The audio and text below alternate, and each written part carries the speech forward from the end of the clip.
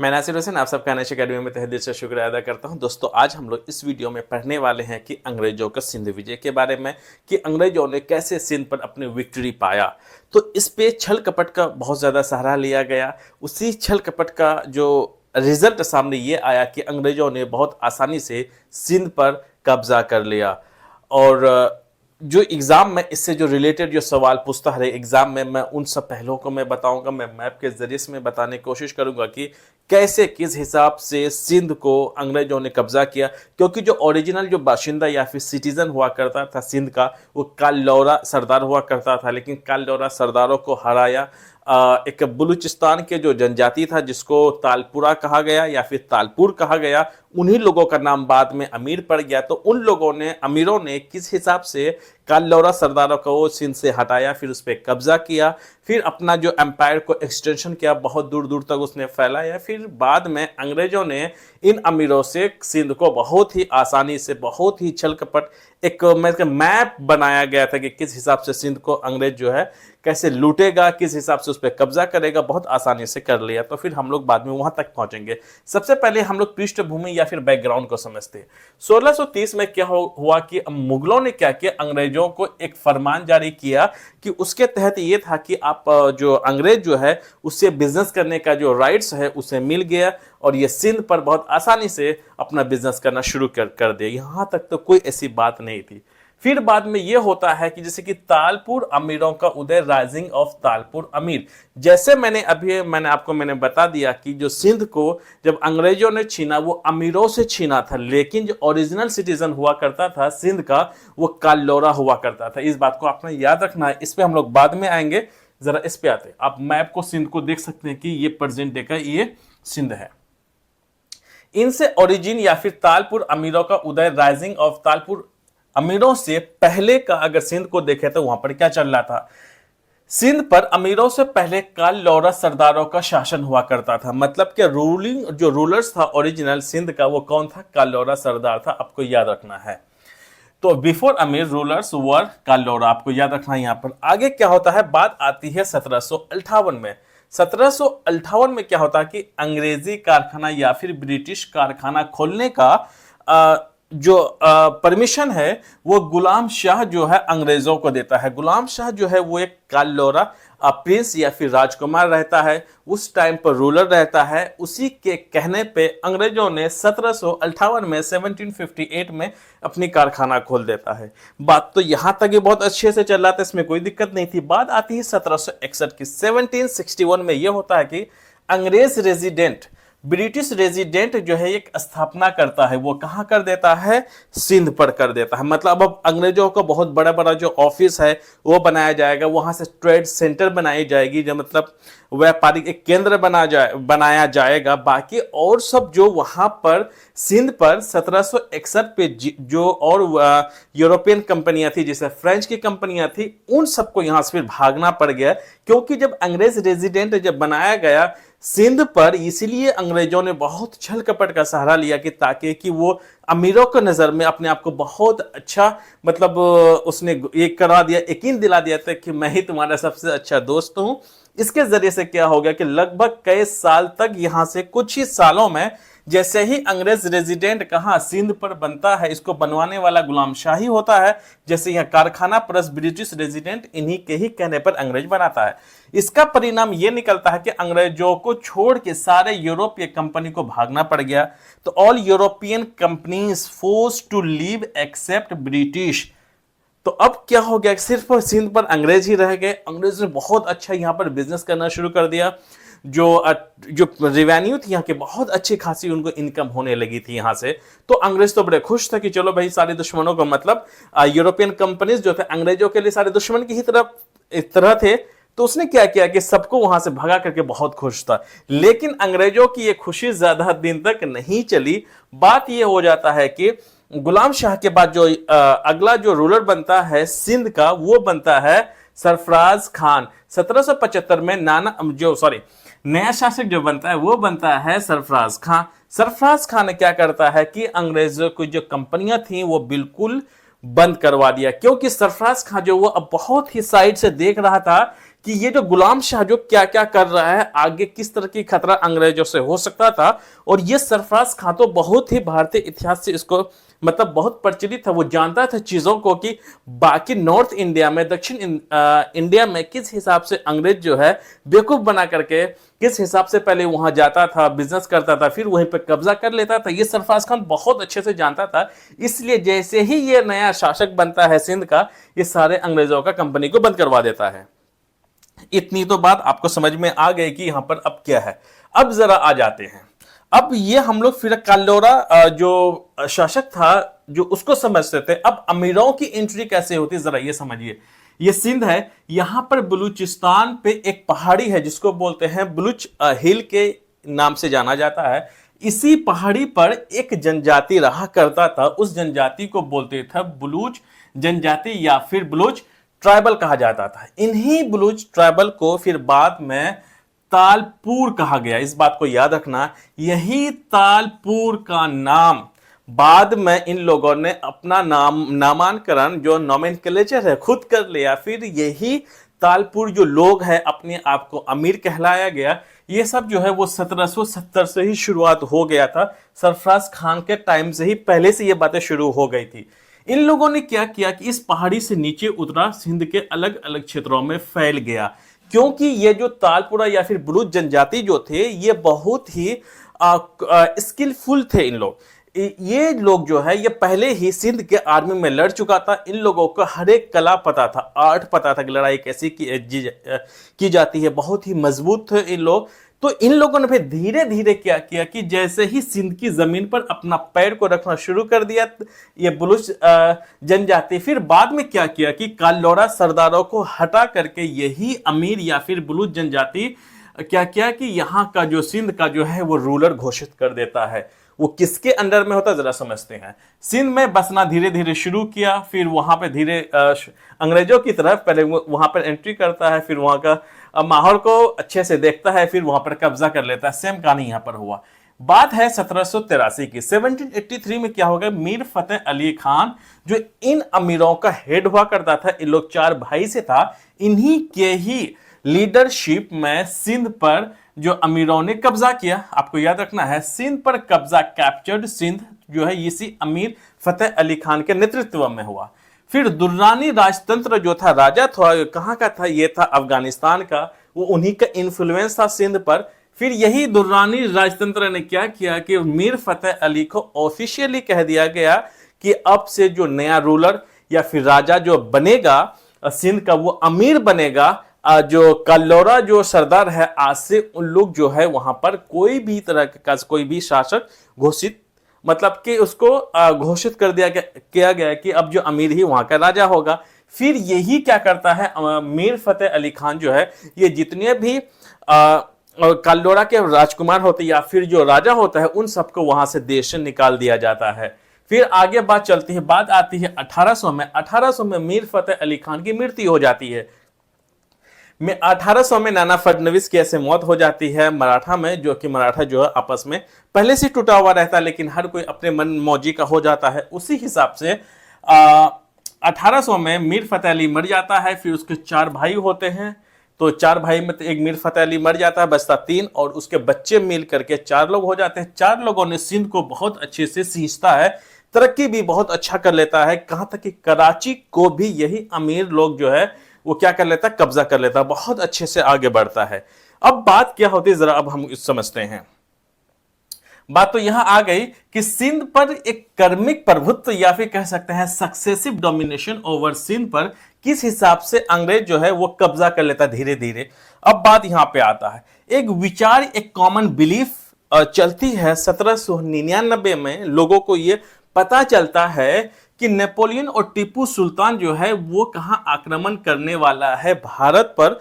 और वो भारत पर जब करेगा तो ये जमीनी रास्ता से करेगा, तो सबसे पहले सिंध को कब्जा करेगा, फिर उसी हिसाब से जो है नेपोलियन और टीपू सुल्तान जो है वो अंदर आएगा। इस बात को आपने याद रखना है। जब 1799 की बात चल रही थी तो टीपू सुल्तान भी वो अपनी जो है लड़ाई जो है वो अंग्रेजों से दूसरी साइड मैसूर में क्या कर रहा था, लड़ाई चल रहा था, तो अंग्रेजों को दोनों ही तरफ गुस्सा आया। एक तो ये आया कि भाई ये नेपोलियन के जरिए से सिंध के होते हुए भारत पर आक्रमण करेगा, और पहले से ही अंग्रेजों और टीपू सुल्तान की लड़ाई पहले से चल रही थी, आपको याद रखना है। ये जब यकीन दिला दिया लोगों को, तो क्या हुआ कि टीपू सुल्तान अमीर जो सिंध का, और शाह जामन जो था, उन लोगों, शाह जामन जो था वो अफगानिस्तान का रूलर था, इन तीनों ने जब ये बात जब फैलाई गई बाहर की आक्रमण करने वाला है, तो अंग्रेजों का चाल देखिए।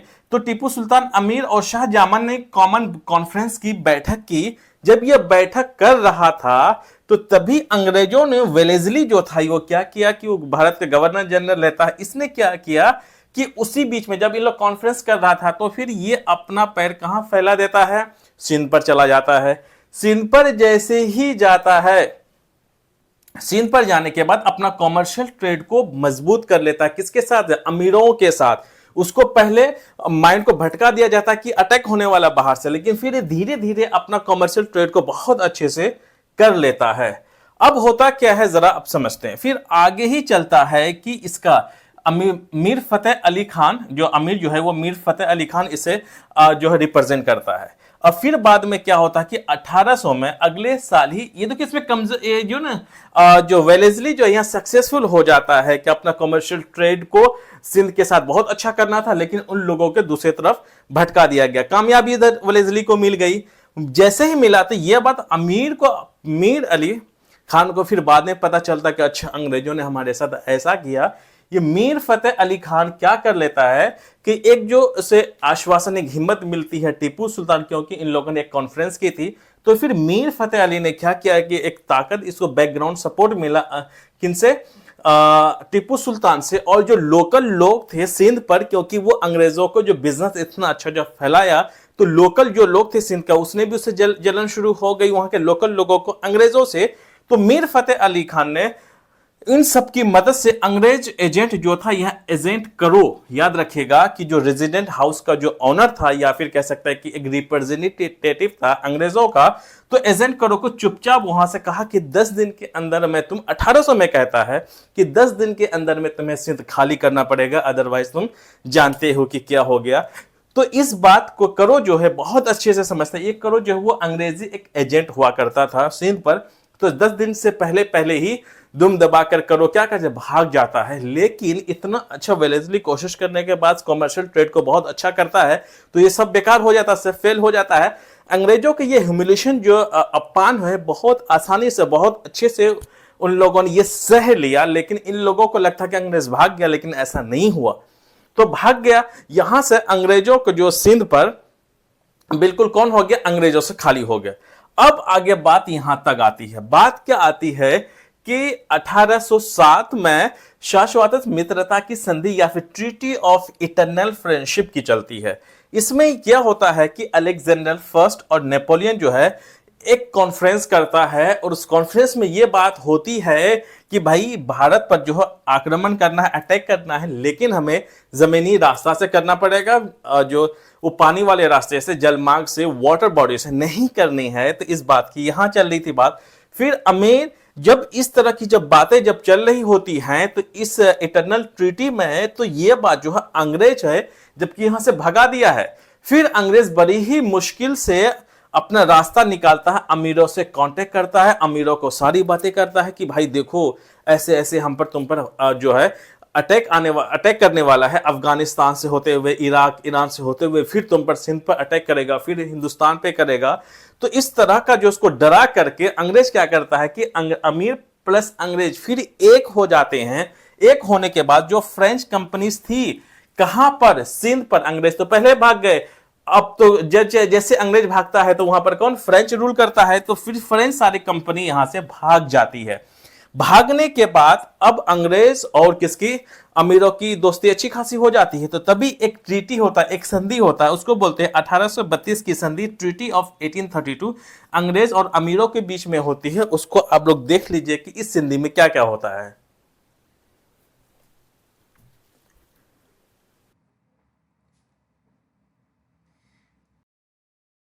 आगे देख लेते हैं। अब चलते हैं कि 1832 की संधि, ट्रीटी ऑफ 1832, इसमें क्या होता है। जैसे कि मैंने आपको बता दिया कि परिस्थितियां, जो सिचुएशंस है, किस हिसाब से क्रिएट क्या हुआ, कुछ तो मीथ था और कुछ जो है अंग्रेज़ों ने अपने हिसाब से, एक हिसाब से कहानी को किस हिसाब से तैयार किया, कि सिचुएशन को क्रिएट किया गया है कि ताकि कि अमीर जो है अंग्रेज़ों के बातों पर आ सके। और वैसे ही हुआ, अंग्रेज़ों के यहाँ पर काफ़ी हद तक कामयाबी मिली और वो मजबूर कर दिया अमीरों को संधि करने के लिए, जो कि पहले मना कर रहा था, फिर बाद में अपनी आप जो वो एग्री हो गए। अब आगे चलते हैं कि 1832 की संधि क्या कहता है। 1800 की संधि जो है पहली बार अंग्रेज और ब्रिटिश और अमीरों के बीच में होता है। इसमें क्या है, जैसे कि यहाँ पर लिखा हुआ है कि विलियम बेंटिक सबसे पहले जो है, मैं यहाँ पर पेन को ले लेता हूँ जी। अब देखिए ये रही, और विलियम बेंटिक जो रहा अमीरों के साथ एक जो संधि करता है, और इसमें अंग्रेज जो भेजता है वो किसको भेजता है, पोर्टुगियर को। कौन भेजता है, विलियम बेंटिक भेजता है, ताकि कि अमीर और अंग्रेजों के बीच पर एक जो संधि है वो हो सके। क्योंकि मैं बाइलिंगुअल चल रहा हूँ, ये जो है ये इंग्लिश में इस साइड में रहेगा। अब चलते आगे देख लेते हैं। संधि के प्रावधान इस प्रकार थे कि किस हिसाब से प्रोविजंस या फिर संधियां को क्रिएट किया गया था। पहले को अगर हम लोग देखें, पहले ये रहा कि अंग्रेज व्यापारी एवं यात्रियों को, मतलब कि अंग्रेज हो या फिर अंग्रेज ट्रैवलर हो, सिंध से गुजरने का और कोई भी निःशुल्क, एक मतलब फ्री ऑफ कॉस्ट जो उसको एंट्री करनी मिलेगी। मतलब जो पहले व्यापारी होते थे, तो कुछ जैसे कि मैं मान लेता हूं कि एक जगह है, ये रहा एक जगह अंग्रेजों का इलाका पड़ता है, ये भी अंग्रेजों का हिस्सा है, लेकिन बीच में अगर किसी और का राज्य है, अगर को अंग्रेज को अगर ये रास्ते से होते हुए अगर इधर जाना है, तो इस जो स्टेट या राज्य पड़ता था, तो वो क्या करता था, उसके बदले में कुछ ना कुछ पैसे चार्ज करता था, जिसे आज के टाइम पे हम वीज़ा कह सकते हैं ना। वैसे पहले वीज़ा लेना पड़ता था, बिजनेस हो या फिर कोई ट्रैवलर हो, तभी आप इधर से आना जाना कर सकते थे। तो यहाँ पर ये हो गया कि भाई अंग्रेज व्यापारी हो या फिर यात्री हो, उसे कोई भी पैसे देने नहीं पड़ेंगे, ये इसमें बात हो गई। और साथ में ये भी हुआ कि कोई भी अंग्रेज व्यापारी में सिंध में नहीं बसेगा। हाँ, और अमीरों ने ये कहा, देखो भाई, बिजनेस तो ठीक है, आप करो, आना जाना करो, ट्रैवलर्स जो है वो आना जाना कर सकता है, लेकिन कोई भी यहाँ पर परमानेंटली नहीं बसेगा। अंग्रेज मतलब अमीरों ने अंग्रेजों से ये बात कही, और इसमें इस बात को डन हो गया कि भाई कोई भी अंग्रेज सिंध में नहीं बसेगा। अगला ये था कि तो प्रशुल्क दरें, जिसे इंग्लिश में बोलते हैं टैरिफ रेट्स, जो भी बिजनेस का होगा, व्यापार जो सिंध के साथ अंग्रेज करेगा, इंपोर्ट हो, एक्सपोर्ट में हो, या फिर वहाँ पर दुकानें लगाने का हो, या फिर जो आना जाना कुछ लोग करेंगे, उसमें जो भी टैक्सेस होंगे, टैरिफ रेट्स या फिर प्रशुल्क होगा, जो भी रेट्स होंगे, वो सब के सब जो तय करने का जो राइट्स रहेगा, वो अंग्रेजों को नहीं रहेगा, बल्कि किसको रहेगा, अमीर को रहेगा, मतलब सिंध के अमीरों को रहेगा। और इसमें ये भी बात और एक बातें मेंशन की गई थी कि जैसे कि यहाँ पर है कि यहाँ पर कोई भी मिलिट्री या फिर टोल चार्जेस नहीं देने होंगे अंग्रेजों को। अंग्रेजों ने ये कहा कि भाई जो मेरा मिलिट्री आना जाना करेगा, तो आपको कोई भी, या फिर हम आपको ना तो टोल टैक्स देंगे, ना ही हम मिलिट्री को आज यहाँ से गुजरने का कोई आपको पैसे देंगे। ये बात भी हो गई। अब आगे क्या होता है कि चौथे नंबर का जो इसमें संधि में जो बातें कही गई थी कि जो अमीरों से कहा गया कि अंग्रेजों ने कहा अमीरों से कि जोधपुर का जो राजा है, जो कच्छ का इलाका है, इस कच्छ में जो लुटेरे रहता है, उनसे निपटने का काम आपको हम सौंप रहे हैं। कि जोधपुर का राजा और अमीर मतलब सिंध के राजा दोनों मिलकर के इस बात का सॉल्यूशन निकाले कि जो भी लुटेरे रहते हैं कच्छ में, उसको समाप्त कर दिया जाए। इसलिए क्योंकि वो जो कच्छ में जो लुटेरे रहते थे, वो ज़्यादातर किसको लूटते थे, अंग्रेजों को। अंग्रेजों ने इसी संधि के माध्यम से अपनी परेशानियों को इन दोनों के सर थोप दिए, अमीर कहाँ के, सिंध के और जोधपुर के। ये बातें हो गई और सॉल्व भी हो गया। सही बात है कि अमीरों ने और जोधपुर दोनों ने मिलकर एक सॉल्यूशन निकाला, कच्छ में जो लुटेरे रहते थे उसे समाप्त कर दिया गया। आखिरी जो इसमें इस संधि में जो बातें कही गई थी, छठा नंबर का वो है कि पुरानी संधियों मतलब जितनी भी जैसे कि संधियां और भी पहले की गई थी उन सब संधियों को अच्छे से रिनोवेट कर दिया जाए, रेटिफाइड कर दिया जाए, पुष्टि की जाए कि जो भी उसमें कोई चीज़ें बची हुई थी, ताकि कि एक नया संधि बना दिया गया कि जो भी हम संधि कर रहे हैं उसको अच्छा से माना जाए, उसका कोई भी उल्लंघन ना किया जाए। अब हम लोग आगे देख लेते हैं। अब एंट्री हो जाती है ऑकलैंड की। ऑकलैंड जो वो भारत का गवर्नर जनरल बनकर 1836 में आता है। इसने क्या किया कि इसने बहुत ही अपना एक कूटनीति का इस्तेमाल करते हुए इसने क्या किया कि इसे लगा कि देखो भाई ये जो अफ़गानिस्तान का जो क्षेत्र है, अगर और सब जो बाहरी जो आक्रमण जो इंडिया में कर सकता है वो कहाँ, अफ़गान के थ्रू ही कर सकता है। तो इन सब चीज़ों को जब इसने मद्देनज़र रखा तभी इनको बात समझ में आई कि सबसे पहले हमें अफ़गान को अपने कुछ अफ़गानिस्तान का कुछ पार्ट है वो इंडिया में मिलाना पड़ेगा, और साथ में जो अमीर है सिंध के उसके साथ जो हमें बातचीत करके किसी भी मसले से जो जैसे कि फ्रांस है वो हम पर कहीं हमला ना कर दे, इस बात को इसने बहुत अच्छे से गौर किया। इंग्लैंड का आपको याद रखना है, ये सिंह नहीं है बल्कि सॉरी सिंध है ये। आगे देख लेते इसमें आगे होता क्या है।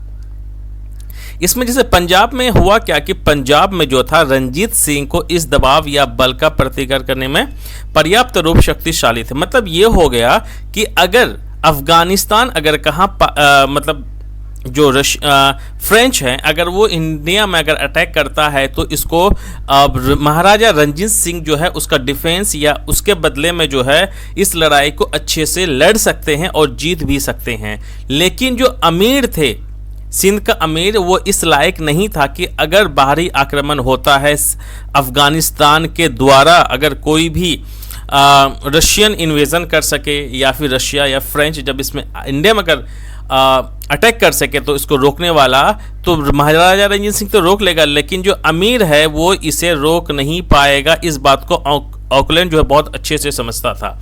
तो इसका तब एक सॉल्यूशन निकाला कि भाई महाराजा रंजीत सिंह तो लड़ सकता है लेकिन अमीर नहीं लड़ेगा। अगर अमीर नहीं लड़ा तो वह इंडिया में आसानी से बाहरी दुश्मन घुस सकता है। तब उसने क्या किया कि संधि के अमीरों को इस शर्त पर सुरक्षा प्रदान करने की कंपनी को सेना राजधानी में अमीरों के खर्चों पर रखी जाएगी। उसने ये कहा और जो अमीरों से जाकर के सारी बातें कहें कि देखो भाई महाराजा रंजीत सिंह जो है अगर इनकेस अगर लड़ाई होती है तो वो जीत लेगा, लेकिन तुम इस हालत पर नहीं हो कि तुम उसकी लड़ाई के साथ तुम टिक सको। जब इस तरह की जब डर उसे दिखाया गया तो अमीर जो होते सिंध का वो इस बात को समझा और कंपनी ने एक सुझाव दिया कि देखो भाई हम तुम्हारे राजधानी में हम अंग्रेजी सेना रखेंगे और उसके बदले में तुम्हें ही खर्च उठाने पड़ेगा या फिर उसके बदले में तुम्हें कुछ जो रियायतें हैं वो देनी पड़ेगी। शुरुआत में अमीरों ने क्या करता है कि इस प्रस्ताव का अंग्रेजों का ठुकरा देता है।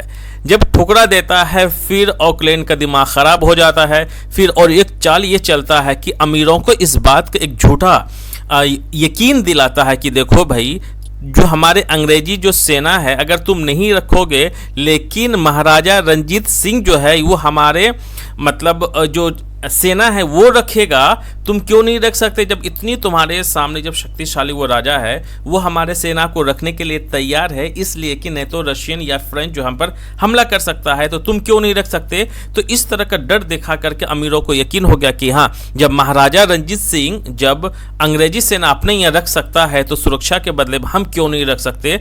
तब इस तरह से याद रखिएगा रंजीत सिंह इस प्रकार की मदद ले सकते हैं तो तुम क्यों नहीं ले सकते। तो इस बातों का यकीन दिलाया तो अमीरों को यकीन हो गया। तब उन लोग अमीरों ने तब बातें कही कि मैं सिंध के अंग्रेजों के अमीर सिखों के बीच विवादों पहले इसको कंप्लीट कर देता हूं। तब इस बात को यकीन हो गया अमीरों को कि हाँ भाई ठीक है हम लेंगे, और बात हो गई कि ठीक है हम अपने खर्च पे उसे रखेंगे। अब फिर अंग्रेज क्या करता है आगे चल के, उसने ये कहा कि देखो भाई अमीर और सिखों के बीच विवादों का हस्तक्षेप, मतलब ये होगा कि अमीर और सिखों के बीच में झगड़ा होते रहता था, ये बात सच है, और इन सब का हस्तक्षेप या फिर जो मीडिएटर है मैं इनमें कर लूंगा और तुम लोगों के बीच में जो भी झगड़ा होगा उसको निपटाने का काम मेरा होगा। ये बात इसमें कही गई।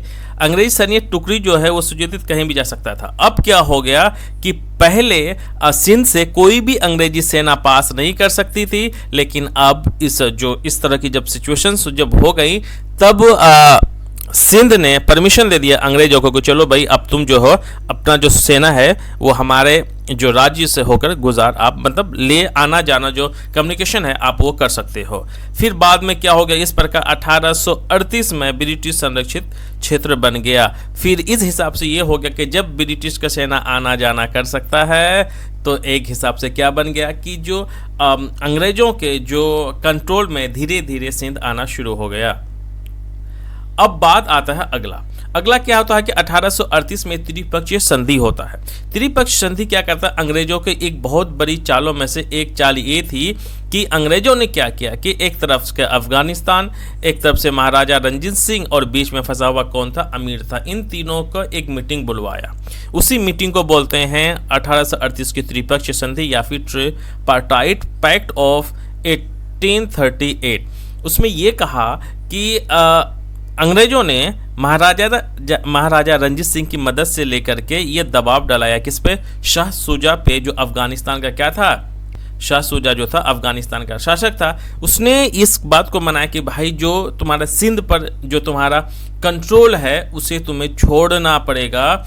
इस तरह के जो दबाव जो है अंग्रेजों ने महाराजा रणजीत सिंह की मदद ली और अफगानिस्तान पे प्रेशर बनाया और लास्ट में ये हुआ कि जो अफगानिस्तान का थोड़ा बहुत जो कंट्रोल सिंध पर था वो ख़त्म हो गया। जब सिंध पर पूरा हम जो कंट्रोल था अफगानिस्तान का ख़त्म हो गया, कहीं ना कहीं वो डायरेक्टली जो है अंग्रेजों के झोली पर सिंध धीरे धीरे आ गया। अब आगे देखते हैं कि इसमें यही बातें जो है पूरी बातें लिखी गई हैं, इस पर ये सब चीज़ें आप चाहे तो पढ़ सकते हैं। अब आगे चलकर क्या होता है कि अब देख ले धीरे धीरे किस हिसाब से अंग्रेजों के चंगुल में सिंध फंसते जा रहा है। अब क्योंकि जो बातें थी अफगानिस्तान की जो कंट्रोल था सिंध पर वो तो अफगानिस्तान का ख़त्म हो गया। अब ये कब्जा किसका हो गया, अंग्रेजों का। आगे देखते हैं, ये सिंधु नहीं सॉरी सिंध है। सिंध ने सहायक संधि को मतलब यहाँ पर हो गया कि सब्सिडरी अलायंस को जो एक्सेप्ट सिंध कर लिया 1839 में। वो कैसे किया, इसमें भी एक जो है चाल खिला गया अंग्रेज़ों के द्वारा, तभी सब्सिडरी अलायंस करने के लिए अमीर मजबूत हो गया। अब क्या हो गया कि यहाँ पर कंपनी ने अमीरों को उन्हें धन देने के लिए मनाया कि बाध्य किया कि 1832 की संधि को अनुच्छेद उन्मूलन में के लिए भी सहमत किया जाए, जो स्थल मार्ग या जल मार्ग द्वारा सिंध में अंग्रेज सैनिक जो आवागमन है का निषेध करता था। इसमें यह कहा कि भाई देखो 1832 के तहत ये था कि कोई भी मिलिट्री जो है वो सिंध से नहीं गुजर सकता, सिंध में नहीं एंट्री कर सकता। और 1832 में जो बातें कही गई थी उसे मना कर दिया। अब कहा कि भैया हमारा जो आर्मी है सिंध में अंग्रेजों के द्वारा कहा गया कि भाई वो घुस सकता है। अब क्या होता है कि BL ग्रोवर क्या कहते हैं, ज़रा इसको समझिए। BL ग्रोवर एक बहुत मतलब हिस्टोरियन थे, इतिहासकार थे। ये लिखते हैं कि किस हिसाब से यहाँ पे लिखा, महाशक्तियों के डर से भय से मतलब अमीरों ने फरवरी 1839 को संधि स्वीकार किया, जिसके अंतर्गत ब्रिटिश सहायक बल को मतलब शिकारपुर और बक्कर में जगह दी गई और सिंध को अमीरों के द्वारा कंपनी की सेना में मिला लिया गया। कुल मिलाकर ये कह रहा है कि किस हिसाब से डर हो गया था अमीरों को कि भाई अगर हम लोग अगर अंग्रेजी सब्सिडरी अलायंस को अगर एक्सेप्ट नहीं करते हैं तो हम पर बाहरी आक्रमण कर सकता है और हम जो हैं हमारा जो एग्जिस्टेंस है वो ख़त्म हो सकता है। BL ग्रोवर ये कहने का मतलब है कि ये महाशक्तियों के डर से डर। महाशक्ति का मतलब यहाँ पर हो गया फ्रेंच और रशियन की बात चल रही है। चलिए इस कहानी को अब हम लोग यहीं समाप्त करते हैं कि देखिए अच्छा सॉरी मतलब और कुछ और बातें बच गई। जैसे कि ये देखिए और चीज़ बची है कि उसने कहा भाई 3 लाख रुपए जो है वो क्या करना पड़ेगा, अंग्रेजों को देना पड़ेगा। अंग्रेज जो है अंग्रेजों को 3 लाख रुपए, सॉरी पहले इसको पेन को सही कर लेता हूँ। चले अब क्या होगा, 3 लाख रुपए जो हो वो देने होंगे किसको, अमीरों को देने होगा अंग्रेजों को, क्योंकि वहां पर सैनिक को रखा जाएगा। और ये भी कहा गया था कि जैसे यहाँ पर देखा, अमीरों को कंपनी के संज्ञा में लाए बिना विदेशी राज्यों के साथ किसी प्रकार के समझौते करने के लिए प्रतिबंधित कर दिया गया। मतलब ये कहा अंग्रेज की देखो भाई हम तुम्हें जब सुरक्षा प्रदान करेंगे उसके बदले हम तुमसे क्या लेंगे, 3 लाख रुपए हर साल के लेंगे। और साथ में अगर तुम्हारा अगर विदेशी फॉरेनर के साथ अगर कोई बातचीत होगी, सबसे पहले मीडिएटर जो वो मैं करूँगा। अंग्रेज जो है ये अमीरों से ये बात कही गई, तो अमीरों ने भी कहा चलो भाई ठीक है।